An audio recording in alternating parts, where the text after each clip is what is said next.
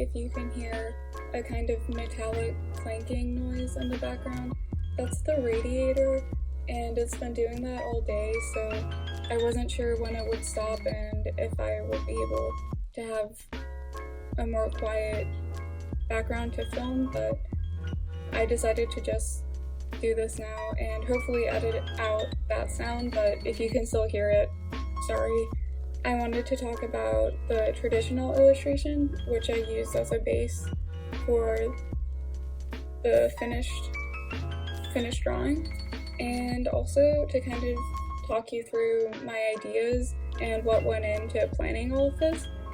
I will talk about that more in the next clip, but yeah, I'm trying to balance kind of like talking about where I am creatively right now and the kind of things that I'm thinking about and using for inspiration, and also keeping it specific to this drawing. But luckily I was able to actually get a lot of footage from this process, so hopefully I'll have a lot of time to talk you through it. So I started with a traditional illustration because I knew that I wanted to do something that would have a lot going on and a lot of different elements all balanced out. And for me, it's just easier traditionally because I feel like I'm more focused on executing an idea rather than perfecting every detail and rendering every surface perfectly. And that was definitely true here.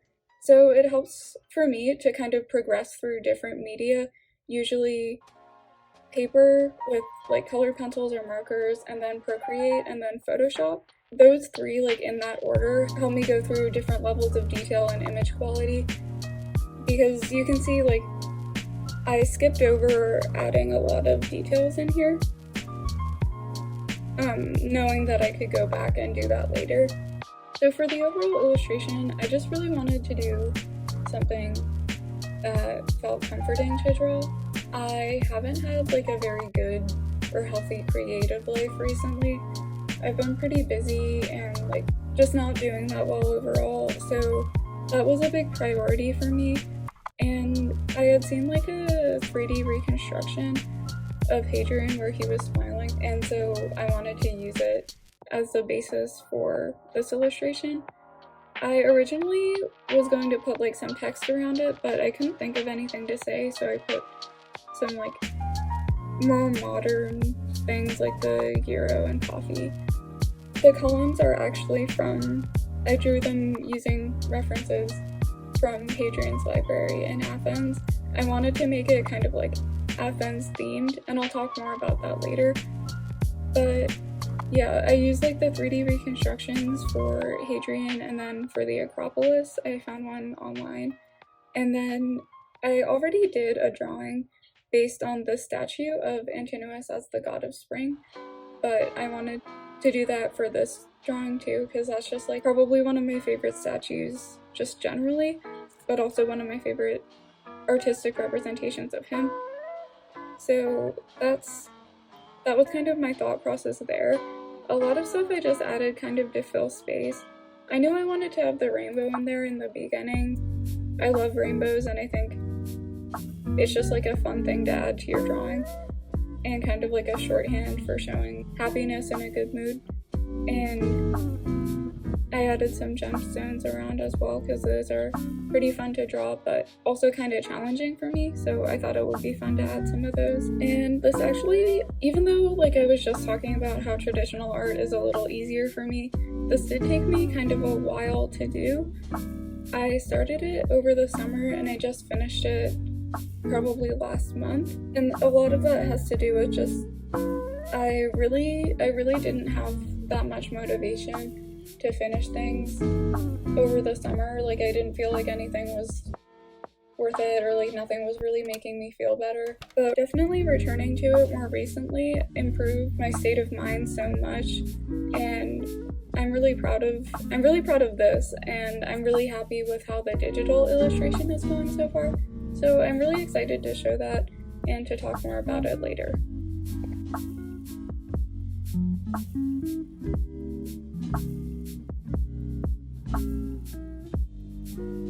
So because I'm just starting out with making these kinds of videos, I'm just using the Procreate footage at the moment, but here's a time-lapse for the first digital paint-over of the illustration, where I focused on adding details and effects that I couldn't get on paper. So this is also where I brought in more specific references that would help me make it more realistic.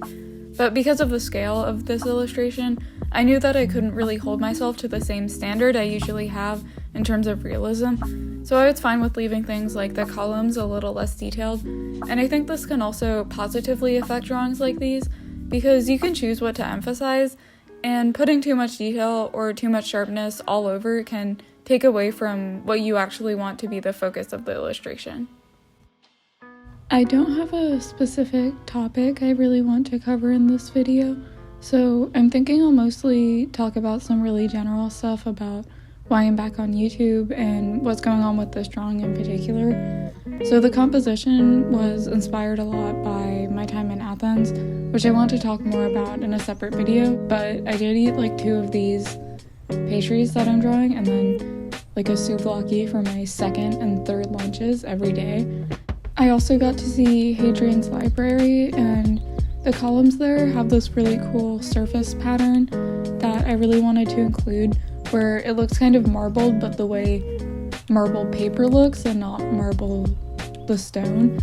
So I referenced some actual photos of the archaeological site for both of the columns in order to capture that texture and make it recall my actual experiences. And using the modern elements here was really heavily inspired by the kinds of visuals I saw in Greece, and wanting to combine the authentic experiences I had with the kinds of images I saw on souvenirs and signs aimed at tourists. And I personally love that kind of thing, so I hope it's clear by the way I'm applying these themes that I don't mean to put down people who make a living making or selling them, or the people who buy them, because I'm definitely the latter, and I have so many silly trinkets that I bought. I'm sitting in my room recording this, and I have literally like postcards and keychains everywhere. I have a souvenir calendar that was €9. I'm staring right at it, and so there's no derogatory sense to any of those, but you can apply that kind of logic to images of Rome, and particularly figures that are as idealized as much as Hadrian function kind of similarly, which I do think is part of the appeal, where these figures and events mean different things to different people.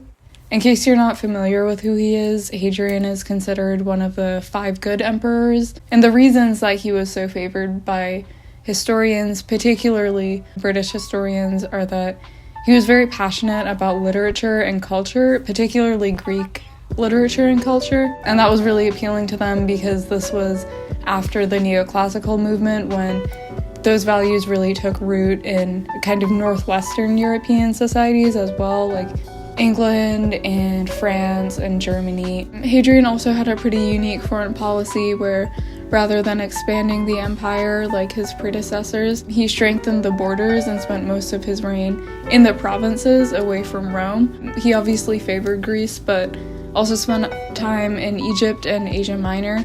Hadrian himself had, I think, a clear cultural fetish for Greece, and in the neoclassical movement, a lot of intellectuals that were part of that used him as a symbol of Roman literary culture and cosmopolitanism. Obviously not kind of cosmopolitanism as we would think of it today, but a very kind of literally and figuratively whitewashed view of that. And he's also been used as a historical gay icon. Antinous, the guy in the corner, was Greek, in case it wasn't obvious.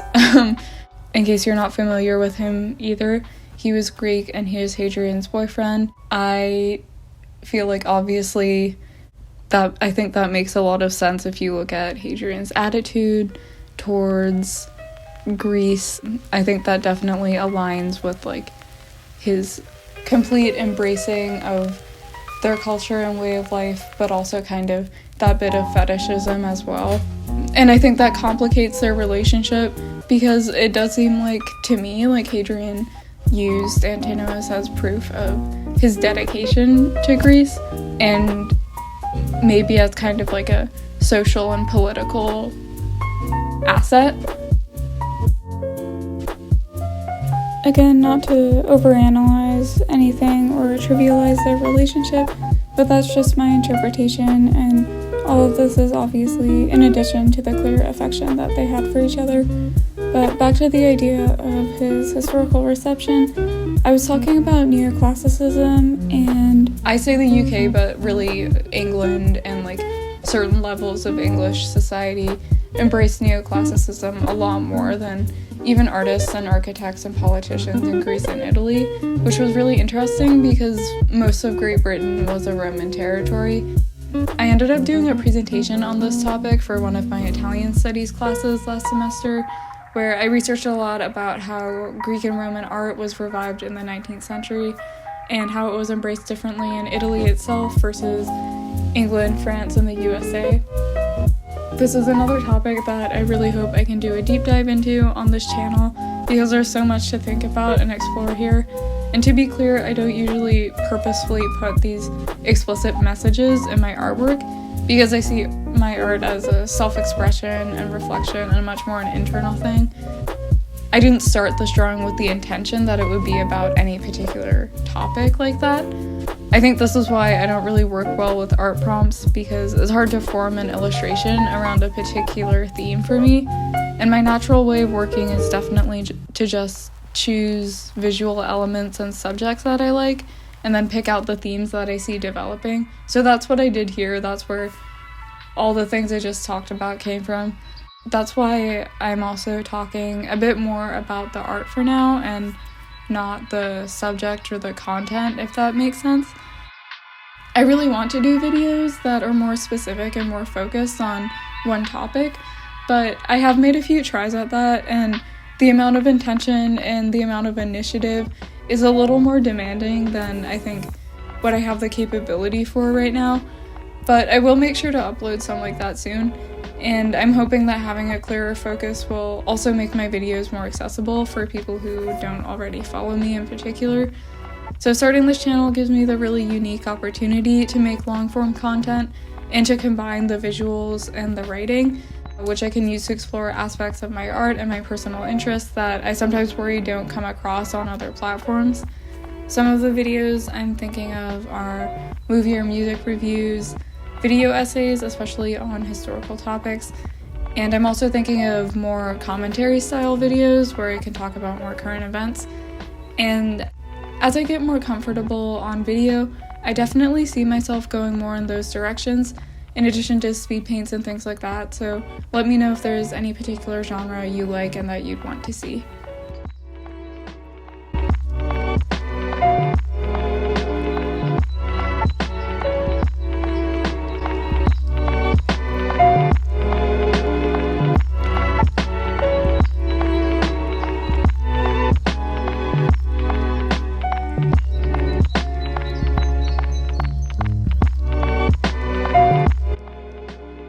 I am going to Cafe Nero to hang out and work on my translations for a few hours. I usually ask for a cafe campana, but they're always out of whipped cream, and I didn't want the barista to think I'm a study abroad freak, so I got a white mocha.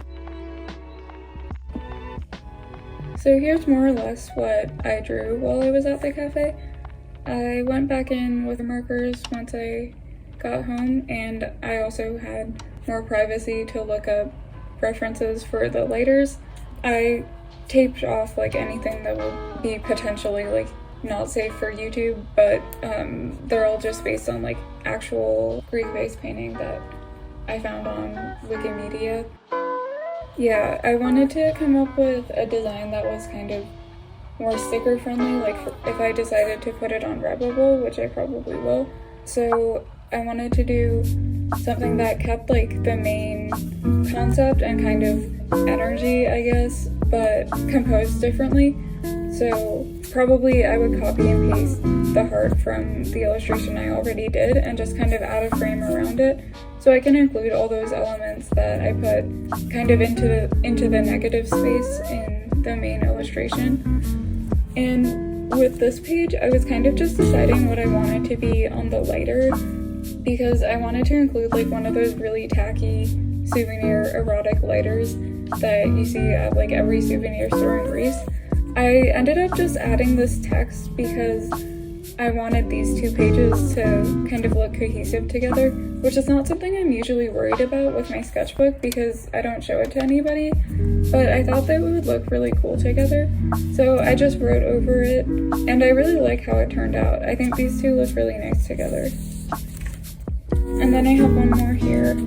I was inspired to do kind of a different shape for the frame of each illustration, and I could kind of make like complementary ones because I drew both Hadrian and Antinous. So I did a stack of pancakes and a Freddo cappuccino, and I know those aren't like the Greek breakfast, that's just what I ate all the time.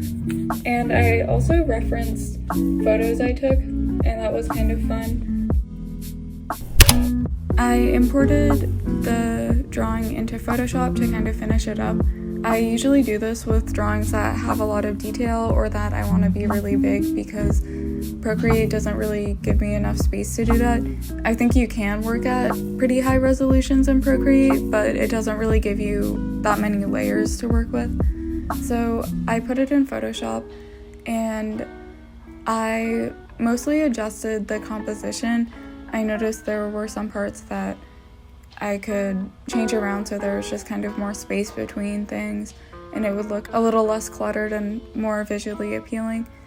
And I also wasn't really happy with how Hadrian's armor turned out. I had kind of designed it myself and I didn't really have a reference for the pattern or for the shading. So this time I had both.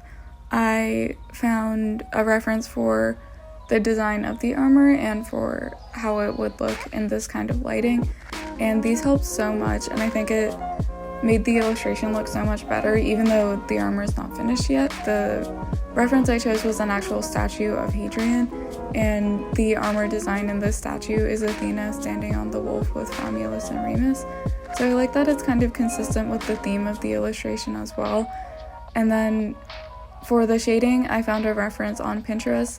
I'll try and credit it in the description because I think it's like somebody's reconstruction or something like that, but I think that made a really big difference as well because he looks like so much more part of the scene, and I really like how that's going. I think that's headed in a good direction. The other big change I made was I completely redid his face. I had been working on a separate illustration based on somebody's 3D reconstruction of what he might have looked like. So I was able to just copy and paste the face illustration from a different document. I did still draw it, like I drew it completely from scratch. I'm just like making that clear so you don't think there's anything funny going on. But yeah, I was able to use that in this illustration as well. And then I was also working on the frame a little more with the rhinestones. I also found another reference for that I tried to copy as closely as possible. I always have trouble with kind of clear textures, but I'm pretty happy with how that's going as well. I also realized I wasn't that happy with how Antinous turned out, and I felt like he just didn't look very realistic. So I went in to fix some anatomy issues I noticed and to try and introduce just more different colors into his skin tone. It felt kind of like there wasn't very much variation. And I also found a reference for the statue that I had in mind, which was really good because I couldn't find it when I looked on Wikimedia, which is usually where I get like historical references. But I was able to find that, and that helped so much because that also pointed out a lot of issues with the pose and things like that that I hadn't noticed just looking at the drawing. So I was able to make a lot of really important changes that I think helped bring him to life more. I did end up, I think, kind of like over rendering some areas, but that's something I'll probably work on fixing in the next chapter. I hope you've also enjoyed this pretty new format for me, since I haven't made videos in a long time, and I never really promoted my YouTube either. But I was really inspired to do this, reflecting on why I like posting on my Tumblr so much more than my other social media. And I realized that I like being able to treat it more like a journal or a sketchbook instead of like a portfolio, and having a place where I can talk about whatever's on my mind. And so I wanted to try and also experiment with YouTube and trying out different types of footage and different editing styles, and including a lot of different topics in one video.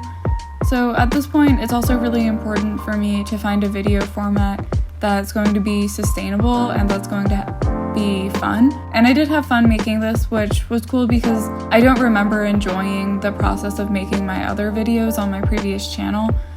So the series and format will continue at least as long as I'm working on this illustration. But yeah, the main thing I struggle with is the consistency and holding myself to a schedule, because on my last channel I tried to post about once a month, which is already kind of a long time between uploads. So I'm not sure how much I can commit to a schedule other than just uploading whenever I can. But I do want to challenge myself to work on YouTube more often, because I think video editing is a super cool and useful skill to have. And just because I also don't want to end up with a second channel that's even more dead than the first one. And I think it would be really cool if I could use this new medium to engage with more people and to explore all kinds of new things, whether they're strictly related to art or not so much. I would love to be able to do reviews or commentary on things like books and movies, or especially music, since that has a big impact on my creative process. And I actually recorded a video last summer where I was going to review an album one of my favorite artists had put out, but the file corrupted so I couldn't actually post it, which was super sad. I also read the Apocalypse by Seneca over the summer, and I definitely want to talk about that book. I loved it so much, and there's so much to discuss in terms of the story and the historical context. I actually started a drawing based on that book, and I filmed quite a bit of the process, but I recently decided to start over and give myself more time to think about it. But if you go back to my intro montage, you can actually see part of it still. I'm sure nobody is wondering why I stopped uploading on my first channel, but there were two reasons, which were first, I didn't have a clear goal or a reason for making the videos I did. I think my thought at the time was kind of that I could find something that does really well, and once I had a following, then I could kind of pivot to talking about whatever I wanted. And I did have a few videos that did well, but they did well because of the subject matter and not because of my particular take on it, I think. And I also realized I would have more fun if I just started off by doing what makes me happy, and hopefully a few people will be interested as well. I also realized I was thinking about Instagram because I've been on that app for almost 5 years now, and I've realized that there's only so much you can do to attract an audience in such an oversaturated market. I used to post every day and force myself into different aesthetics, but I realized unless the algorithm actually picked up one of my posts, I'm not going to reach the numbers that I wanted for a really long time. It was sometimes fun to make videos about everything, but I think there still needs to be more thought and more effort behind them than what I was putting forth. And I started to feel like my videography skills also weren't really matching the way I saw my art and the way I wanted to represent it online. So I am really thoughtful and intentional about everything I do artistically, and I just want to be able to take the same time with making videos as I take making the art itself. The second reason is that there were just too many IRLs for my family and stuff, to the point where I didn't feel comfortable really expressing myself the way I wanted to. And the whole point of art to me is self-expression and processing and responding to my specific life experiences and my worldview. So if I can't do that, I have no reason to share anything. But I really appreciate everybody who supported me on my first channel, and I hope I can kind of repay that support more appropriately through the quality of my videos now, in a way I feel like I didn't do then. I feel like a lot of this boils down to the fact that I have a much stronger sense of myself artistically than I used to. So now that I really know what my art is and what I want it to be, I feel much more confident that the way I use platforms like YouTube will align with my creative intent. I mentioned my translations when I went to that cafe earlier, so I'm gonna explain what that's about a little bit. I'm working on a bunch of translations of Catullus poetry. I'm working on Carmina 64 over my winter break, which is an epic poem about the wedding between Peleus and Thetis. I've studied Latin for 3 years by this point, but I only started taking classes about a year ago over my gap year, and before that I mostly studied with tutors. And we actually read the exact same book in the class I took last fall while I wasn't in college, as I would have read in the Latin class that my college has this semester, so I've been working through the poems on my own kind of separately and talking about them during the professor's office hours, which is actually really fun, and it's a good way to get back into it. Sorry if that didn't make a lot of sense. I couldn't really think of a way to explain it very simply because I didn't have a super straightforward learning process. The Procreate by Cicero was the last full text that I read before Catullus' poems, and that is so different in style and in format. So I definitely struggled with some parts of the poems I read, but either it's way easier to figure out than the Procreate, or it just improved way more than I thought. I know Cicero has a reputation for being really hard and obscuring where the verb is and everything, but I really enjoyed reading these. I also read some Tacitus for my senior project in my last year of high school because I was emailing with this professor for authors to look at after I finished my first year Latin textbook. And I said I wanted to read Petronius, and he said you should read Tacitus instead. So I was really spineless about it, and I made it through 5 pages of book 1 of the Annals, and that was way too hard for me. I could have kept going with it, but this particular book wasn't very interesting so far, and it's also his writing style is really, really dense. So I met with my professor for Cicero, who's teaching that class that I took over my gap year. And I told her I was reading Tacitus. She told me to stop immediately, so I very happily did that and just went back to reading Cicero. I didn't study Latin in high school or anything because I didn't go to Catholic school, so the whole thing is a little non-linear. If it sounds like I was just talking about nothing just now, that's completely fine. I'll probably elaborate on this in the future and it'll all come together. But for some reason, only after I read Tacitus, I felt like studying Latin was actually affecting my art, so I'm not crediting reading the Annals with any of that, but I feel like becoming much more immersed in it, where that was what I was doing, that was my senior project for a month. I think that really helped me enjoy the process of researching and referencing classical art and history in my own art a lot more. I don't talk about my OCs very much because that feels very personal, and over the last year, I've also kind of stopped drawing them as much, but they are all from antiquity. Even though before spring 2021, I mostly drew them in modern settings or modern clothes. But I think back then, I had a really limited idea of what people in the Roman Empire would actually wear and what they would look like, and I kind of assumed that it wouldn't be very interesting to draw. But I started doing a lot more serious research that helped a lot with this, and I also began engaging with more historical media that showed different interpretations of that time period. So I've always referenced the neoclassical art movement a lot, but I noticed a lot of the artists I was looking at were British and French neoclassicists, and that is a very different visual tradition that doesn't necessarily align with what I find interesting. I really love it, and those are some of my favorite artists, but not necessarily how I want my art to look. So looking at different genres, different media, different types of artists was really helpful. I didn't even notice this affecting me, but I think when I began watching so many biblical and Roman movies, also in 2021, from the 50s and from the 60s, that was a big part of this as well. They're not an academic source or anything, or as accurate as the actual Latin text that I read, but I kind of feel they're actually more historically accurate than those genre movies that are getting made today, where everything is in really gross taupe colors. My roommate showed me this Netflix series called The Roman Empire, and I realize we've been calling it The Romans, it's a messy TLC reality show, but it's called The Roman Empire. It's bad for 100 different reasons, but my least favorite thing about it is how hideous everything looked. And I understand maybe being ignorant of what ancient Rome looked like, but you would think somebody would at least point out that it's boring and ugly to watch.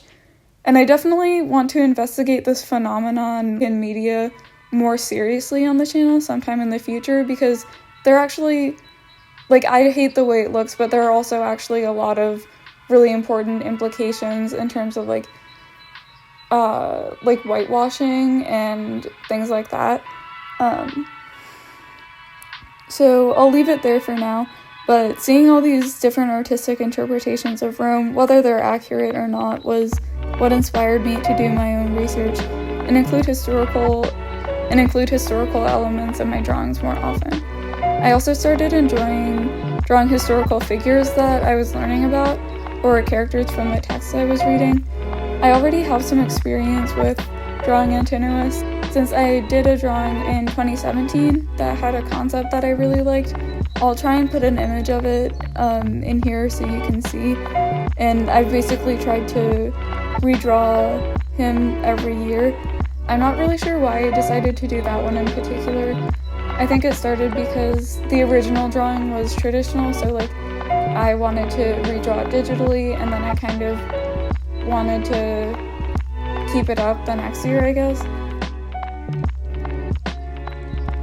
But yeah, basically that's kind of a series that I have, at least on Instagram.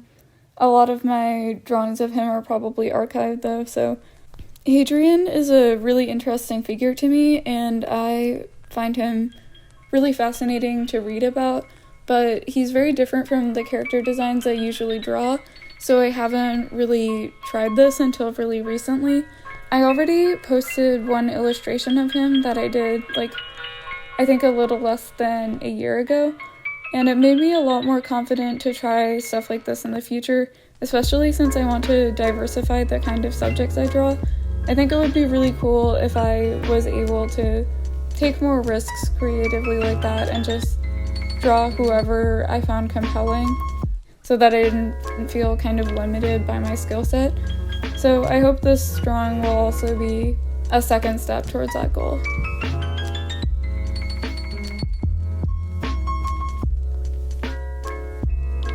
This took forever to edit because I talk so much more than I thought I would, but I already recorded some clips to go in episode 2, so make sure you subscribe and turn on notifications so that you'll know as soon as it comes out. I'll keep making these at least as long as I'm working on this specific illustration, and at the time that I'm editing this video, I should have another one ready soon, but meanwhile feel free to follow me on any of my social media if you're not already. Those will all be linked in the description. I have a few other video ideas that I might work on at the same time, but as I've said, it will probably take me a while to get into any kind of schedule. And anyway, I'm open to going in one direction over another based on whatever people are more interested to see. But I'm really excited to keep experimenting with making videos, and so there will probably be a lot of different stuff happening in the near future. I know there was a lot of talking about what I'm going to do or what I want to do, but I appreciate you for bearing with me through this, and I hope you stick around. Thank you so much for watching, and see you soon.